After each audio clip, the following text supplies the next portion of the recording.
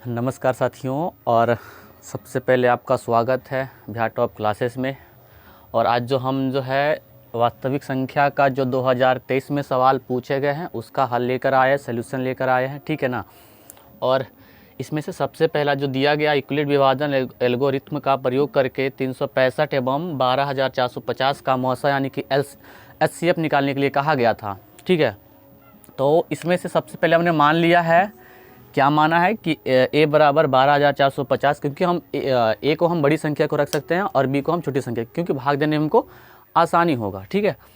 तो यूक्लिड विभाजन एल्गोरिथम से होता है इसका बराबर a बराबर बी क्यू प्लस के r इसका फार्मूला होता है। तो पहले सबसे पहले हम इसको भाग देंगे 3 से, तो कितना आता है इसका भाग देंगे तो 3 पच्चे 15, 3 पच्चे 15 क्या हो जाएगा 5, हाथ में बचेगा 1, छुतिया 18, 18, 18 1 19 होगा, 19 के 9, हाथ में कितना बचेगा फिर से 1 बचेगा, और 3 तिया 9, 9 और 1 10।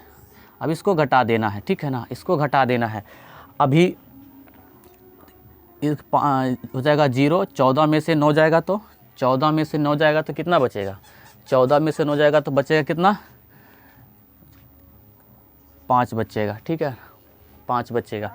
इसके बाद यहाँ से 11 में से 10 जाएगा तो 1 बचेगा, 1 0 यहाँ से लगा लीजिए, ठीक है ना, हो जाएगा कितना 1500। अब कितने बार में लगा देंगे, 4 बार में लगाते हैं, 4 बार में, ठीक है 4 बार में लगा कर देखते हैं, ठीक 4 बार में।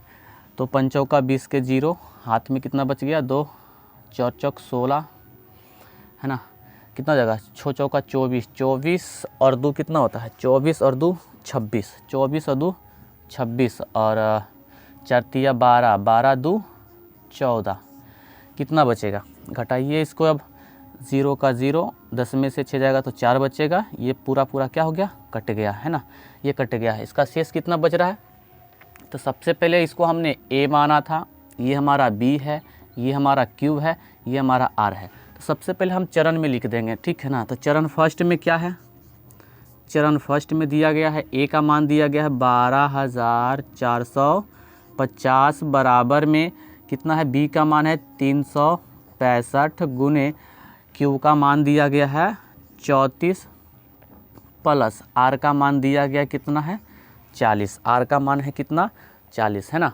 r का मान 40 है। तो यहाँ पर क्या 0 आया, r बराबर नहीं आया, तो लिखेंगे यहाँ r बराबर 0 नहीं है। अब हम चरण दूसरा चलेंगे, चरण दूसरा में क्या करेंगे, अब इसको भाग लगाना है, इसको भाग लगाना है 365 में, तो 365 में भाग लगाना है। अब कितने बार में कटेगा, ये कितने बार में लगा सकते हैं, देखिए इसको अगर हम इसको लगाए 9 बार में लगा कर देखते हैं, ठीक है ना, 9 बार में लग जाएगा क्या, 0 का 0 हो जाएगा, 0 का 0, 9 और 9 चौका 36, 9 चौका 36 आ जाएगा। देखो ये कट गया, बच गया कितना 5, बच गया 5। तो यहाँ पर इसका देखो ये हो जाएगा a, ये हो जाएगा b, ये q, ये r, ठीक है। तो यहाँ पर भी लिखेंगे a का मान 365 बराबर में b का मान 40, q का मान 9 प्लस में r का मान 5 दिया गया। यहाँ लिखेंगे यहाँ r बराबर 0 नहीं है, यहाँ पर भी r बराबर क्या हो गया 0 नहीं आया है। तो हम चरण तीसरा लेकर चलेंगे, चरण तीसरा में देखते हैं आता है कि नहीं आता है 0। तो अब क्या करना है, अब 40 को 5 से भाग देना है, कितने बार में 8 पंजे 40 कटेगा, 8 पंजे 40, यहाँ पर क्या आ गया 0 आ गया है, ठीक है ना। तो चरण तीसरा में देखते हैं, तो a बराबर 40, b का मान 5, q है ना, q का मान 8 प्लस में r का मान 0। तो लिखेंगे यहाँ r बराबर यहाँ r बराबर 0 आ गया है। अब इसका HCF क्या हो जाएगा, इसकी 5 है ना, तो कहेंगे इसीलिए HCF बराबर 5 आ गया इसका आंसर है। ये सवाल 2023 में जो पूछा गया था इसका हमने हल किया है, ठीक है ना। इस तरह से आगे 2 प्रश्न और है, उसका भी हम सॉल्यूशन लेकर आ रहे हैं, ठीक है ना। हाँ आइए अब इसका दूसरा प्रश्न लेकर आ चुके हैं। यहाँ पर दिया गया कि अभाज्य गुणनखंड द्वारा 24 और 36 का मौसा तथा लसा ज्ञात करना है। सबको पता है HCF निकालना और LCM निकालना है, ठीक है।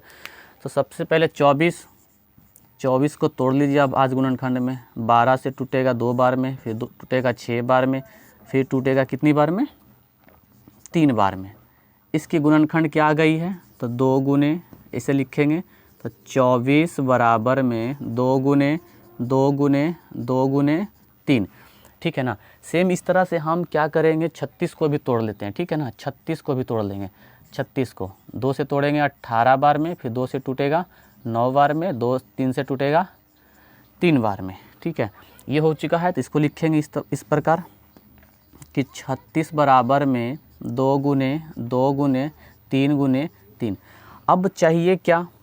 अब चाहिए HCF और LCM। हमने तोड़ दिया है, जितना तोड़ना था हमने तोड़ रखा है, ठीक है ना। तो LCM कितना का चाहिए? 24 और 36 का।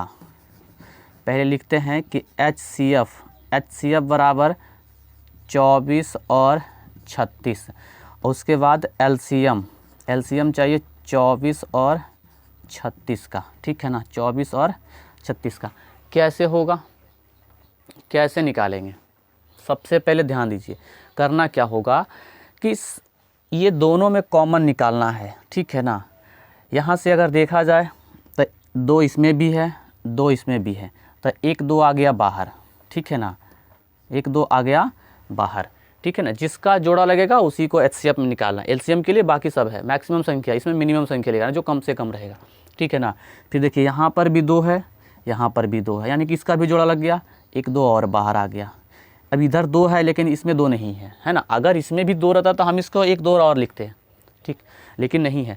3 इसमें भी है और 1 3 इसमें भी है, तो इस 3 को हम यहाँ पर लिख देंगे, यानी कि जोड़ा। अब केवल देखो इसमें 3 बच रहा है, इधर 3 है ही नहीं है, ठीक है ना।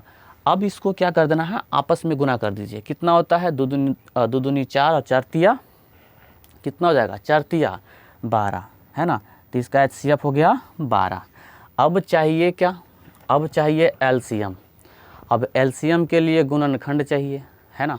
LCM के लिए क्या चाहिए? गुणनखंड चाहिए। अब जैसे उसका जोड़ा लगाए हैं इसमें भी लगा दो, ठीक है। कैसे लगेगा? जैसे हमने यहाँ तक तो जोड़ा लगाकर निकाल दिए थे, तो 2 गुने 2 गुने, यहाँ तक तो ठीक है।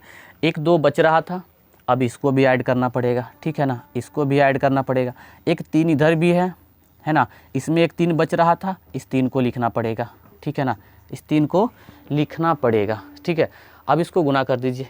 कितना हो जाएगा? 2 दूनी 4 4 दूनी 8 8 तिया 24 24 तिया कितना हो जाता है? 72। 24 तिया 72। समझ में आया क्या? समझ में आया क्या? बताइए। 24 तिया 72, इसी का आंसर देखिए आ गया है। तो इसका HCF 12 हो जाएगा और LCM 72 होता है। हमने देखा कि जो 2023 में पूछा गया सवाल था हमने उसको हल किया, ठीक है ना। इस तरह से अगला प्रश्न को भी है, उसको भी हम हल करते हैं। अगर समझ में आ रहा होगा तो वीडियो को पूरा देखकर आप लाइक शेयर एंड सब्सक्राइब जरूर कीजिएगा, ठीक है ना। आगे देखिए तीसरा प्रश्न को हम करते हैं। आइए अब तीसरा प्रश्न इसका देख लेते हैं। क्या कहा है कि सिद्ध करें कि 5 - 2√3 एक परिमेय संख्या नहीं है।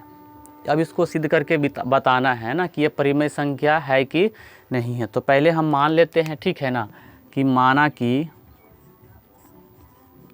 कि अब इसको हम क्या मानते हैं? अगर पता है तो बताइए कमेंट में, क्या मानते हैं इसको, है ना। तो माना कि क्या मानते हैं कि 5 - 2√3 एक परिमेय संख्या है, ठीक है ना। हम ऐसा मानकर चलते हैं, ठीक है ना। हम ऐसा मान लेते हैं कि मान लिया कि क्या है, कि माना कि 5 - 2√1 परिमेय संख्या है, तो हमने ऐसा मान लिया, ठीक है ना। अब आगे इसको कैसे लिखेंगे? तो लिखेंगे 5 - 2√3 बराबर में A/B एक क्या है? एक क्या होगा? A/B एक क्या होगा? एक जहाँ एक है ना, जहाँ एक लिख देते हैं कि जहाँ A और B एक पूर्णांक है, ठीक है ना। एक पूर्णांक संख्या है, एक पूर्णांक संख्या है, ठीक है ना। एक पूर्णांक संख्या है, हम ऐसा बस कर दिए हैं, ठीक है ना। आगे देखिए अब इसको करना कैसे होगा। तो करने के लिए यहाँ पर देखिए, यहाँ पर क्या दिया गया है। तो अब यहाँ से 2√3 को हम इस तरफ लेकर आ गए, ठीक है ना। अब इसको हम बराबर में रखेंगे, बराबर में रख के 5 माइनस a बट्टा हम b को लगा लेते हैं, ठीक है ना। क्या लगा लिए हमने, 2√3 को हमने बाहर कर बराबर देकर 5 माइनस a बट्टा b को हमने बाहर कर लिया, ठीक है ना। अब इसको क्या करना है, अब यहाँ से √3 को बाहर कर लेंगे, यहाँ से √3 को बाहर कर लेंगे। जब √3 को बाहर होगा तो ये तो नीचे जाएगा, क्योंकि गुना में है, गुना वाला हमेशा नीचे जाता है ना। तो इसको लिखे कैसे, तो 1/2 और 5 माइनस a बट्टा b, 5 माइनस a बट्टा b। अब देखा जाए तो है ना, एक समीकरण बनता है ये, ठीक है ना, एक समीकरण है। अब देखो ये √3 क्या है, एक अपरिमेय संख्या है कि नहीं है, एक अपरिमेय संख्या है। अब यहाँ 5 माइनस a बट्टा b एक परिमेय संख्या है। क्या कभी बराबर हो सकता है, क्या कभी बराबर हो सकता है ये दोनों, परिमेय संख्या बराबर, है ना, अपरिमेय संख्या बराबर परिमेय संख्या कभी बराबर हो सकता है क्या, नहीं हो सकता है, ठीक है।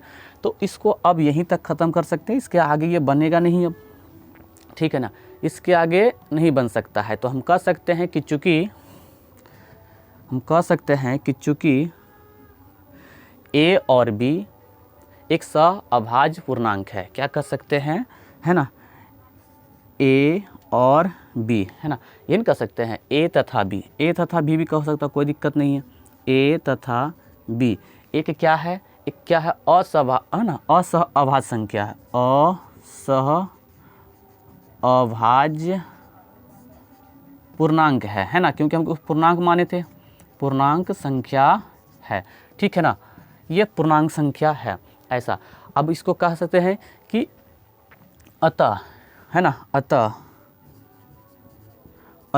1/2, क्योंकि ये भी साथ में है ना, 1/2 इंटू 5 माइनस a बट्टा b, है ना, एक परिमेय संख्या है। क्या कर सकते हैं, एक परिमेय संख्या है ना।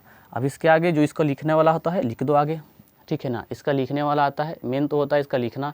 तो कर सकते हैं कि इसीलिए √3 एक अपरिमेय संख्या है ना। इसीलिए √3 क्या है, एक अपरिमेय संख्या है। परिमेय संख्या और अपरिमेय संख्या बराबर नहीं हो सकता है। क्या लिख सकते हैं कि परिमेय संख्या और अपरिमेय संख्या बराबर नहीं हो सकता है। समझ गया ना। तो हम कह सकते हैं कि अतः हमारी परिकल्पना के आधार पर ये विरोधाभास है, और है ना, हम क्या कह सकते हैं कि अतः ये हमारी ये हमारी कल्पना गलत साबित हुआ। कह सकते हैं हमारी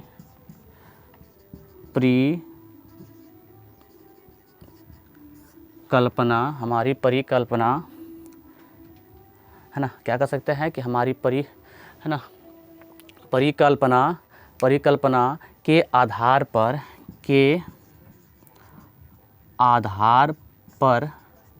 है ना, विरोधाभास है ना, विरोधाभास हो सकता है, ठीक है ना। अतः क्या कह सकते हैं, अतः -5 2√3 एक अपरिमेय संख्या है, ठीक है ना। ये हमारा सॉल्व हो चुका है, ठीक है ना। बस इतना ही लिखना होता था, हमने हल कर दिया। तीनों का तीनों प्रश्न हमारा हल हो चुका है। ये जो 2023 में पूछा गया था सवाल था, हमने हल कर दिया है। और बाकी का जितना चैप्टर का प्रश्न होगा, हम ऐसे डेली का डेली एक वीडियो लेकर आते रहेंगे। कृपया आप पूरा देख कर जाइएगा, ठीक है ना। धन्यवाद, थैंक यू सो मच।